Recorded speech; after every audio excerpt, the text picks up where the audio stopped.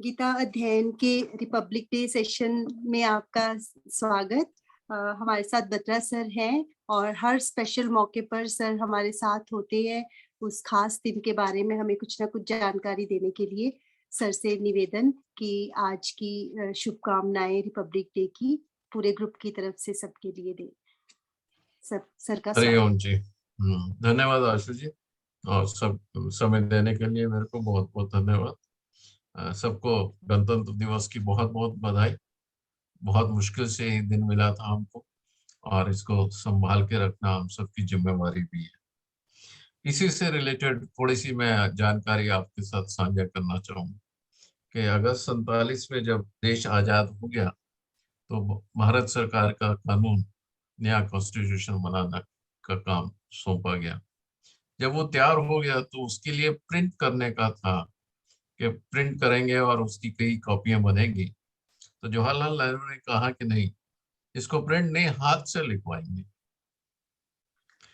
तो ऐसा व्यक्ति ढूंढा गया जो कि हाथ से बहुत अच्छी हैंड राइटिंग में लिख सके। तो वो थे दिल्ली के प्रेम बिहारी नारायण रायजादा, जिन्होंने अपने दादा से ये कला सीखी थी, कैलीग्राफी, इटालिक में लिखने की कला, और सुंदर सुंदर हर अक्षर को पिक्चराइज करके और सुंदर से तरीके से उसको लिखने का। तो उनको बुलाया गया, नेहरू जी की मीटिंग के साथ उनकी मीटिंग हुई, और नेहरू जी ने कहा कि मैं चाहता हूं कि आप भारत का संविधान आप अपने हाथ से लिखें। उन्होंने एग्री कर लिया। नेहरू जी ने पूछा कितने पैसे, तो कहता नहीं, भगवान का दिया सब कुछ है मेरे पास, इस काम के लिए मैं एक भी पैसा नहीं दूंगा। और फिर चलते हुए एक आहिस्ता से एक शर्त रखी उन्होंने कि संविधान के हर पन्ने के आखिर में मैं अपना नाम लिखना चाहूंगा। तो जवाहरलाल नेहरू ने उसके लिए हाँ कर दी। और उसके बाद कहते लास्ट में मैं अपने दादा, जिन्होंने मेरे को ये कला सिखाई थी, लास्ट के पन्ने पे अपने दादा का नाम भी लिखना चाहूंगा। तो आज भी संविधान के पन्ने पे हर पेज के ऊपर प्रेम बिहारी नारायण रायजादा का नाम लिखा हुआ है, और लास्ट में उनके दादा का नाम लिखा हुआ है, श्री राम प्रसाद। और जब लिखना शुरू हुआ तो उनको अलग से एक कमरा दे दिया गया, 6 महीने लिख। और उनको जो उस समय राष्ट्रपति थे वो लेके खुद शांति निकेतन गए। शांति निकेतन में श्री नंदलाल बसु थे, उनसे बात हुई, और संविधान के पन्नों के ऊपर जो जो खाली जगह बची हुई थी उसके ऊपर नंदलाल बसु और उनके स्टूडेंट्स ने चित्रकारी की, महाभारत से, रामायण से, और सुभाष चंद्र बोस, बहुत सारे, यानी भारत की इतिहास और भारत की ज्योग्राफी दोनों से पिक्चरें इकट्ठी करके संविधान के पन्नों के ऊपर जहां जहां पे भी स्पेस था वहां पे वो पिक्चरें बनाई गई। टोटल इसमें 6 महीने लगे। 250 के करीब पेज है, 3 किलो 650 ग्राम वजन है, और वो कागज एक स्पेशल क्वालिटी का कागज बनवाया गया था जिसकी लाइफ 1000 साल।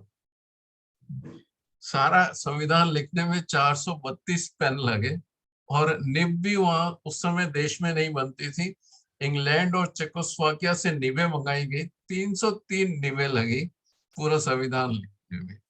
तो ये थोड़ी सी जानकारी मेरे साथ शेयर, मैंने को पता लगी थी, मैंने कहा आपके साथ शेयर करें। अभी सक्षम पाठशाला के बच्चों के साथ ये जब मैं शेयर कर रहा था तो एक और इसमें सज्जन हमारे और हैं, कृष बेंगलोर से हैं, आईटी प्रोफेशनल, उन्होंने इसमें और ऐड किया कि इस समय संविधान की कॉपी को, जो ओरिजिनल कॉपी है, पहले हीलियम गैस में रखा गया था ताकि और भी इसकी लाइफ बढ़ जाए, और फिर जब वो हीलियम गैस थोड़ी थोड़ी लीक हो जाती थी तो अब नाइट्रोजन गैस के अंदर इस कॉपी को संभाल के रखा हुआ है। अगर बिना गैस के भी रखा जाए तो ये 1000 साल तक रह सकता है कागज, लेकिन गैस के अंदर रखा हुआ है तो इसकी लाइफ और भी ज्यादा होगी।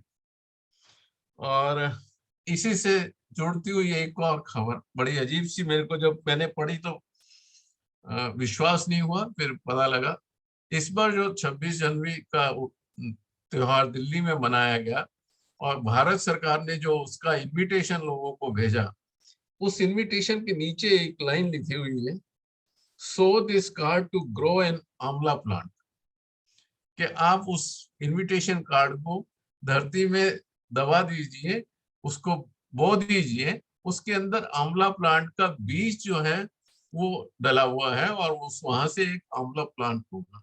जिसने भी ये आइडिया दिया और इम्प्लीमेंट किया वो सब साधुवाद के पात्र हैं। आज इस मौके पे मैं ये जानकारी आपके साथ साझा करना चाहता था। मौका देने के लिए बहुत बहुत धन्यवाद और सबको एक बार फिर गणतंत्र दिवस की बहुत बहुत शुभकामनाएं। बत्रा सर का बहुत बहुत धन्यवाद। और जैसे खास हमारे ग्रुप के लिए बत्रा सर हैं, वैसी ही खास बातें हमेशा निकाल के लाते हैं बत्रा सर हर खास दिन के लिए।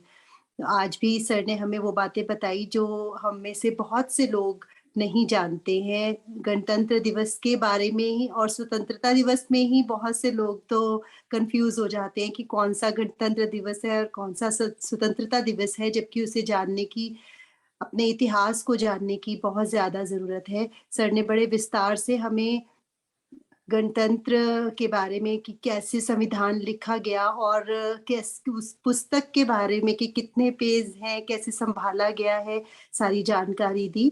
हमें उम्मीद है कि ये सभी के काम आएगी। सर का बहुत बहुत धन्यवाद। और इसी के साथ इस सेशन को यहीं पर विराम देंगे। Happy Republic day. सभी को गणतंत्र दिवस की बहुत बहुत शुभकामनाएं। Thank you so much sir.